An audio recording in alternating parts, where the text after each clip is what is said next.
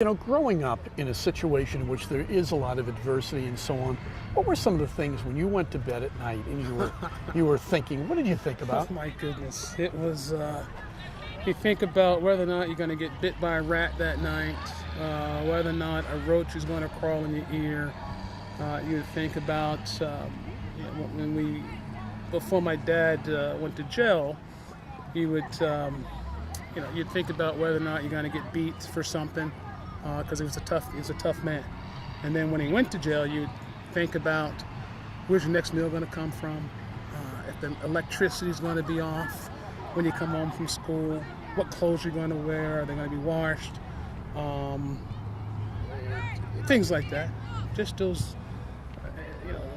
I look back on and you say, yeah, they're everyday things that you thought about every day. So that was my everyday thoughts. When you watched what your older siblings were going through and the decisions they were making, how did that impact you? Oh my goodness, I get visions of, I've seen my brother shoot up before, and I can still to this day remember where it was, what he was doing, and I said, I'm never going to go that direction, never. I can honestly say that I'm not proud of it. I smoked marijuana probably 10 times growing up, all in high school. And then I tried cocaine 3 times, but I was just lucky and stupid at the same time. To do that, knowing that what I saw my brother go through, when I saw my cousin go through, my brother died of AIDS, and 3 weeks later, 4 weeks later, 5 of his buddies died of the same disease. So it's ugly. Peer influence, both good and bad. Give us a little insight into what you saw around you growing up. Oh my goodness, so you got bad influence. I think the bad influence of my dad making a decision to commit murder, to take the law into his own hands, it's haunting. Why would he do that?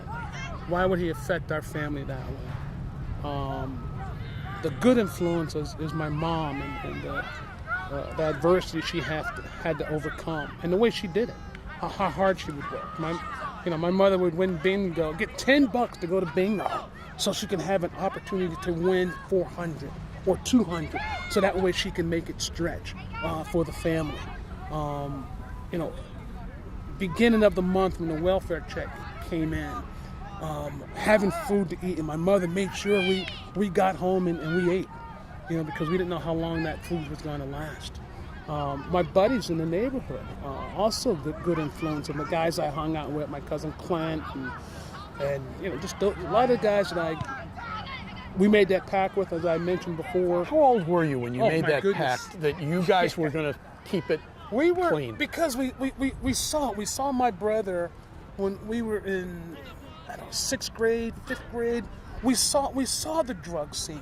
I mean, we saw the marijuana scene. We saw my brother, my cousins, friends in the neighborhood, and we're like, we're not going to do that. We saw those guys high, walking around stone high, and we said, there's no way we're going to do that. And we made that pact, probably 5th grade, 6th grade. And we said, we're just not going to get involved with it. Now, I will also say that my brother wouldn't allow me to do it, in a sense, even though he was doing it. I'd be around the guys, and they're smoking marijuana, and the guy's like, here, John, take a hit. My brother's like, no. So I was sort of like off limits around him, but yet he was, the worst influencer in my life when it came to drugs. Role of sports. What's your earliest sports memory? Earliest sports memory was taking my cousin's position in football, because back in the older days we had to wear football girdles, and his was too tight and didn't like it. Wow. So he quit the sport.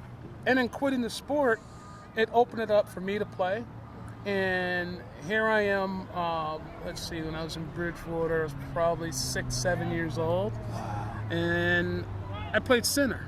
I played center for my cousin Claude, who was a quarterback, and that was my memories. But getting on there, getting my first uniform, getting that yellow helmet, and playing Pee Wee football. But I was a center. Tell us about the safe haven that football became for you. You know, football. What football did for me is it put me and surrounded me around good people, good coaches. Jerry Federico was my Pop Warner coach, and we used to call him the Archie Bunker of coaches, but he was a great guy. He loved everybody. He used to get us over the house and sit down about Italian food, watching him make Italian sauce or gravy. Having him in my early football years put me in a position where I learned team sport, because I missed a practice one day. Even though I was the best player on the field, I was running back at the time. So I missed practice. Me and my cousin, we were down this park playing a game. And he came down and he caught us. And he kicked me off of practice, kicked me off the team. And he said, if you want to come back, you have to apologize to the team. And I said, I'm not coming back. There's no way. But yet I ended up talking to my cousin, who was at Rutgers at the time, Lester Johnson.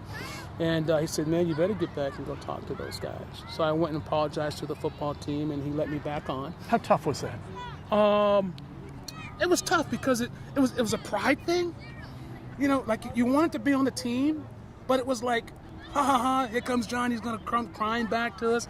And it was tough, but I learned that lesson that, I'm not bigger than the team. And Jerry Federico taught me that. The things that I can just sit back and just remember him, he's deceased now, but the values of what he taught me as a younger kid, even though my dad wasn't around, Jerry Federico became my father. I was able to go to his house anytime, and then as you get older, your junior high school coach, Mr. Anderson, bought me a pair of football cleats. I couldn't afford them.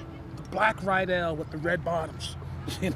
I remember them going home and showing my mom these cleats, that I got from, Dick Anderson, and then, you go into your high school years and, oh my goodness, I can honestly say I love my football coach. I love my coaches, and I am truly in love with my high school football friend, Coach Jerry Moore. Jerry Moore has your Penn State championship ring. Can you express what his influence meant to you? Wow. Jerry became my father. He really did. He was a curly hair white guy, and I say that because I grew up in the hood, that took me underneath his wing. And like I told the kids earlier today that, he said that he's going to make me the best quarterback, but now I was the running back. But the influence of that guy just teaching me the values of life, how to act around people. When coaches would come in to visit, because I was a freshman playing varsity, they would come in to watch this other player, Victor Holloway. And I would sit there and just look and go, oh man, I want that to happen for me.